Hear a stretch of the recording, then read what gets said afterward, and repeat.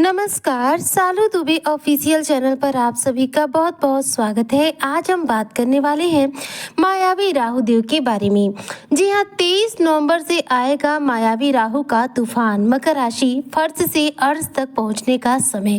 किस प्रकार से चर्चा और किस प्रकार से 23 नवंबर 2025 से मायावी राहु अपना तूफान लाने वाले हैं।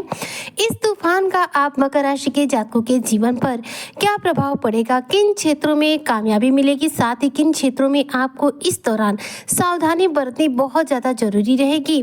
आज इन्हीं सब तथ्यों पर हम पूर्ण रूप से विश्लेषण करेंगे। तो वीडियो बेहद खास, इसलिए जो भी मकर राशि के जातक हैं वीडियो को बिल्कुल भी स्किप ना करें, वीडियो को फुलवा जरूर रूप से करें। जैसा कि हम सभी जानते हैं कि राहु देव एक ऐसे ग्रह हैं जो सबसे ज्यादा शक्तिशाली माने जाते हैं। यह हमें रातों रात रंक से राजा बनाते हैं, रातों रात हमें राजा से रंक भी बनाते हैं।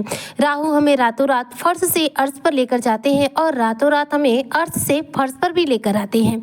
जैसा कि राहु देव को हम सभी जानते हैं कि यह एक मायावी ग्रह है। राहु के पास जो शक्तियां हैं वो असीमित है। राहु के पास जो शक्तियों का भंडार है वो असीमित है। राहु किसी भी चीज में बंद कर नहीं रह सकते। राहु किसी भी चीज को देखा जाए तो कंट्रोल नहीं कर सकते। जिस चीज को देखेंगे उस चीज को अनकंट्रोल कर देते हैं। राहु को लिमिट शब्द जो है पसंद नहीं है। राहु को लिमिट को क्रॉस करना ज्यादा पसंद है। राहु शनि की परम मित्र हैं और इनके पास जो कि निगेटिव शक्तियां हैं, ध्यान दीजिएगा, पॉजिटिव शक्तियों की अपेक्षा निगेटिव शक्तियां जीवन पर सबसे अधिक तीव्र गति से प्रभाव देती हैं। तो यहाँ पर जैसे कि एक सामान्य भाषा में आपसे बात करूं तो आपको अगर कोई आशीर्वाद दे कि आप सदा खुश रहो, तो सदा खुश रहो का आशीर्वाद शायद आपको तुरंत ना मिले। लेकिन अगर कोई कह दे कि सदा दुखी रहो, परेशान रहो, तो हो सकता है कि ये परेशानी आपके जीवन पर आ जाए, क्योंकि निगेटिव जो चीजें होती हैं वह जीवन पर बहुत जल्दी कार्य करती हैं। निगेटिव चीजों के प्रति हमारा जो जीवन है वह पूर्ण रूप से देखा जाए तो स्थिति जो होती है वह इस कदर से होती है कि निगेटिव चीजों को बहुत जल्दी आकर्षित कर लेती है। निगेटिव चीजों में इंसान बहुत जल्दी बच जाता है, जबकि पॉजिटिव चीजों में बचने में उसे समय लगता है।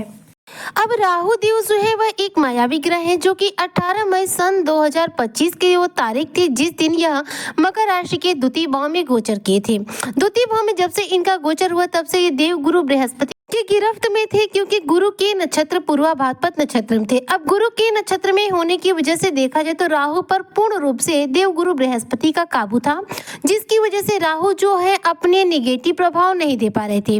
गुरु का पूर्वा भाद्रपद नक्षत्र बेहद शुभ नक्षत्र माना जाता है। यहाँ पर जो राहु की स्थिति थी वह सिर्फ और सिर्फ शुभता के कारण थी। यहाँ पर रहकर राहु ने ना निगेटिव प्रभाव दिया है और ना कभी दे सकते हैं। लेकिन देखा जाए तो दूसरी तरफ से यदि बात करो तो गुरु की 9वीं दृष्टि सीधे तीसरे भाव पर यानी कि तीसरे नंबर की राशि पर पड़ रही है। राहु की जो कंडीशन है वह अपने आप पर कंफर्टेबल नहीं है। लेकिन मायावी राहु ने भी अपने समय का इंतजार किया। अब देखा जाए तो राहु देव लंबे समय से पूर्वा भाद्रपद नक्षत्र में विराजमान है, जो कि 23 नवंबर 2025 को इस पूर्वा भाद्रपद नक्षत्र से मुक्ति प्राप्त कर जाएंगे और गुरु पर से इनकी जो दृष्टियों का प्रभाव है, जैसे गुरु की दृष्टि से ये बधे हुए हैं तो गुरु की दृष्टि इनके ऊपर से हट जाएगी, क्योंकि ये गोचर करेंगे अपने स्वयं के नक्षत्र शतभिषा नक्षत्र में। शतभिषा नक्षत्र के स्वामी स्वयं राहु देव है और इसलिए देखा जाए तो यहाँ पर जो स्थिति बनेगी, चूंकि देखिए एक बात का ध्यान दीजिएगा, 11 नंबर की राशि है कुंभ राशि, जो कि वायु तत्व की राशि है और राहु स्वयं एक वायु तत्व के ग्रह है। अब ये शतभिषा नक्षत्र में गोचर करेंगे, जो कि 100 तारों का समूह माना जाता है। ऐसे में राहु का जो तूफान है वो बहुत तीव्र गति से कार्य करेगा। राहु का जो प्रभाव है वह हमारे जीवन पर सबसे ज्यादा तीव्र होगा। चूंकि मकर राशि के द्वितीय भाव में विराजमान है राहु, जो कि द्वितीय भाव धन भाव कहलाता है, तो राहु से बड़ा धन देने वाला कोई दूसरा ग्रह हो ही नहीं सकता। तो यहाँ पर शुक्राचार्य, चूंकि देखिए शुक्र देव जो होते हैं वह धन के कारक ग्रह जरूर होते हैं, लेकिन शुक्र की स्थिति मजबूत हो तभी वो लाभ देंगे और इनके लाभ के प्रभाव भी एक लिमिटेड रहते हैं। लेकिन राहु के जो प्रभाव होते हैं वह कभी लिमिटेड नहीं होते हैं। राहु के प्रभाव बहुत तीव्र होते हैं और ये चीजों को क्रॉस कर देते हैं। तो शनि देव देखिए धन देते हैं, लेकिन कब देते हैं? जब शनि के प्रभाव शुभ हो। शुक्र के प्रभाव भी शुभ होते हैं, तभी जाकर हमें धन मिलता है। लेकिन राहु एक ऐसे ग्रह है जो कि हमें शुभ और अशुभ दोनों ही स्थितियों में धन लाभ देते हैं, लेकिन इस दौरान हमारे जीवन में कुछ बड़े परिवर्तन भी करते हैं। अब राहु देव जो है मकर राशि के द्वितीय भाव में विराजमान है, जो कि धन भाव है। धन भाव में राहु को सबसे ज्यादा बलवान अवस्था मिलती है, क्योंकि किसी भी व्यक्ति की कुंडली में जब राहु धन भाव में आते हैं तो उसके जीवन में धन में अकस्मात रूप से वृद्धि करने का कार्य करते हैं। जैसे कि मान लीजिए कि आपने कोई भी कार्य किया 1000 रुपए का, लेकिन राहु अगर आपके धन भाव में है तो आप 1000 के बदले 1500 2000 प्राप्त कर सकते हैं। मतलब देखा जाए तो आपके जीवन में अपने आप जो स्थिति होगी वह आपके लाभ से थोड़ी अधिक होगी, आपकी मेहनत से ज्यादा आपको लाभ होगा। राहु हमारे जीवन में एक नया तूफान तब लाएंगे जब ये 23 नवंबर को अपने नक्षत्र शतभिषा नक्षत्र में गोचर कर जाएंगे। द्वितीय भाव में विराजमान होते हुए जब ये अपने नक्षत्र में गोचर करेंगे तो इनके प्रभाव अचानक रूप से बढ़ जाएंगे। अब ऐसे में राहु देखिए पॉजिटिव और निगेटिव दोनों प्रभाव देंगे, लेकिन यहाँ पर चूंकि आपके द्वितीय भाव में है तो यहाँ पर सामान्य सी बात है कि आपके द्वितीय भाव से संबंधित यानी कि धन से संबंधित समस्या का समाधान भी करेंगे। यहाँ से राहु की एक दृष्टि है जो सीधे सीधे आपके नौकरी के घर पर जाएगी। वहीं पर देखा जाए तो इनके 5वीं दृष्टि आपके छठे भाव पर जाएगी। राहु की दृष्टियों के प्रभाव से यहाँ पर जो मकर राशि के जातक जॉबलेस हैं, जिनके पास जॉब नहीं है, उनके जॉब लगने के पूरे चांसेस है, क्योंकि जब राहु की दृष्टि पड़ेगी आपके करियर के भाव पर, आपके नौकरी के भाव पर, तो यहाँ पर नौकरी लगने के पूरी संभावनाएं बढ़ जाएंगी। इस दौरान आप अपनी नौकरी में परिवर्तन भी कर पाएंगे। जैसे कि मान लीजिए पहले से नौकरी कर रहे हो और नौकरी को लेकर असंतुष्ट हो तो नौकरी में परिवर्तन कर पाएंगे और यहाँ पर आपको इस परिवर्तन का पूरा लाभ मिलेगा। राहु की दृष्टि आपकी नौकरी के घर पर पड़ने की वजह से देखा जाए तो नौकरी के क्षेत्र में आपको शानदार सफलता मिलेगी। नौकरी के क्षेत्र में आप इस दौरान फर्श से अर्श का सफर भी तय करेंगे, क्योंकि राहु के ऊपर जो जंजीर बंधी थी देवगुरु बृहस्पति की वह खुल चुकी रहेगी और ये पूर्णतः प्रभाव दे पाएंगे। राहु 1 अगस्त 2026 तक अपने ही नक्षत्र शतभिषा नक्षत्र में रहेंगे। ऐसे में नौकरी से संबंधित कुछ न कुछ परिवर्तन आपके जीवन में जरूर रूप से होगा। वहीं पर छठा भाव जो होता है गुप्त शत्रुओं का भाव होता है। गुप्त शत्रुओं के इस भाव पर जब राहु की दृष्टि जाएगी तो ऐसे में आप अपने शत्रुओं को पूर्णतः परास्त कर पाएंगे। साथ ही यदि प्रॉपर्टी को लेकर किसी भी प्रकार के कर्ज में दबे हुए हैं तो छठा भाव देखिए कर्ज का भी होता है। तो राहु के इस नक्षत्र चरण परिवर्तन से देखा जाए तो आपको कर्जों से भी काफी हद तक राहत मिलेगी। वहीं पर राहु की देखी जाए तो दूसरी दृष्टि जा रही है आपके पंचम भाव पर। पंचम भाव जो होता है संतान का और शिक्षा का भाव होता है। तो पंचम भाव पर जब राहु की दृष्टि जाएगी तो यदि आप किसी प्रकार के स्वास्थ्य को लेकर परेशान है, स्वास्थ्य इश्यू आपके जीवन में चल रहे हैं, तो उससे आपको राहत मिलेगी। साथ ही शिक्षा के क्षेत्र में आप अच्छी सफलता अर्जित कर पाएंगे। इस दौरान मकर राशि के जातकों की तर्क शक्ति मजबूत बनेगी। राहु के प्रभाव से आपके अंदर एक बेहतरीन जुनून पैदा होगा, जिससे कि आप अपने लक्ष्यों की तरफ ज्यादा से ज्यादा अग्रसर हो पाएंगे। राहु द्वितीय भाव में है और केतु आपके अष्टम भाव में है। ऐसे में देखा जाए तो आपके लिए जो स्थिति बनेगी वह राहु के इस नक्षत्र चक्र परिवर्तन के बाद धन लाभ से रिलेटेड तो होगी ही होगी, लेकिन साथ में इस दौरान एक बात का ध्यान दीजिएगा, राहु अपने नक्षत्र में रहेंगे, एक राक्षस है, तो ऐसे में इनका जो खान पान है वह गलत है, जैसे कि मांस मदिरा का इनका भोजन है। तो ऐसे में यदि आप मकर राशि के जातक किसी भी प्रकार की गलत संगति में फंसे हुए हैं या फिर आपका संबंध ऐसे लोगों के साथ है जो कि गलत कार्य करते हैं, 2 नंबर का कार्य करते हैं, तो यहाँ पर मान के चलिए कि राहु के इस नक्षत्र चय परिवर्तन के बाद आपके गलत होने की संभावनाएं बढ़ जाएंगी। क्योंकि राहु क्या करते हैं, गलत चीजों के प्रति हमें आकर्षित करते हैं, जैसे कि शेयर मार्केट में पैसों का निवेश करना, सट्टा में पैसों का निवेश करना, शराब पीना, किसी के साथ कोई गलत हरकत करना, ये सब चीजें जो है सब कुछ राहु के अंतर्गत आती हैं। ये जो स्वभाव होता है व्यक्ति का गलत चीजों के प्रति जो आकर्षण है, ये सब कुछ राहु से हमें मिलता है।